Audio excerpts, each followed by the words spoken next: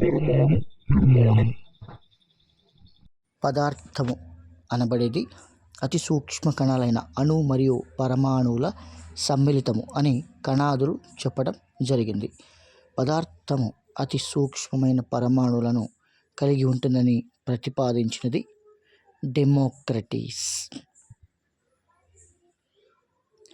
Dalton తన పరమాణు సిద్ధాంతాన్ని 1808 సంవత్సరంలో ప్రతిపాదించాడు. దీని ప్రకారం పరమాణువు విభజించడానికి వీలు కానటువంటి అతి చిన్న సూక్ష్మ కణం.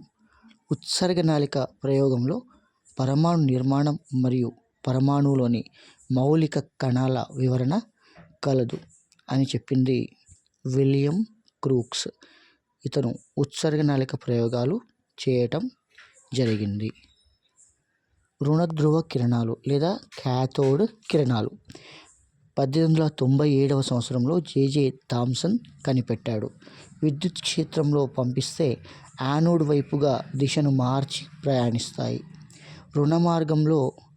రుజుమార్గంలో రుణధ్రువం నుంచి ధనధ్రువం వైపు ప్రయాణిస్తాయి.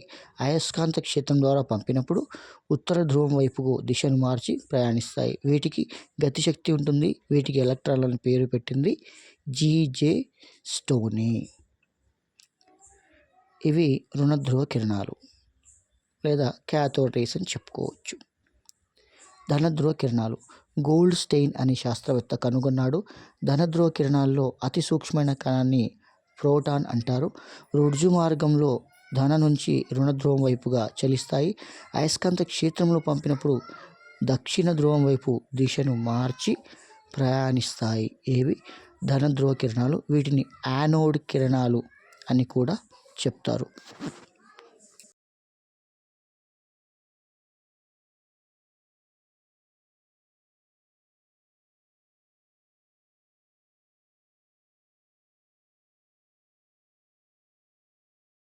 పరమాణువులోని మౌలిక కణాలు చూసుకుంటే ప్రోటాన్, ఎలక్ట్రాన్ మరియు న్యూట్రాన్. ప్రోటాన్ దీన్ని కనుక్కున్నది గోల్డ్ స్టెయిన్. దీని సంకేతం P. పరస్పర ఆవేశం +1, ధనావేశం పరస్పర ద్రవ్యరాశి 1. ఆవేశం 1.602 × 10⁻⁻19 కూలుంబులు.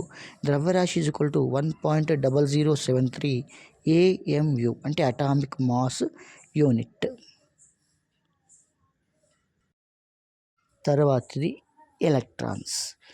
దీన్ని కనుక్కున్నది జే థామ్సన్. సంకేతం E. పరస్పర ఆవేశం -1, రుణావేశం ఉంటుంది. ఆవేశం 1.602 × 10⁻⁻19 కూలుంబులు. ద్రవ్యరాశి 0.00055 AMU. పరస్పర ద్రవ్యరాశి హైడ్రోజన్ ద్రవ్యరాశిలో 1/1837 వంతు ఉంటుంది.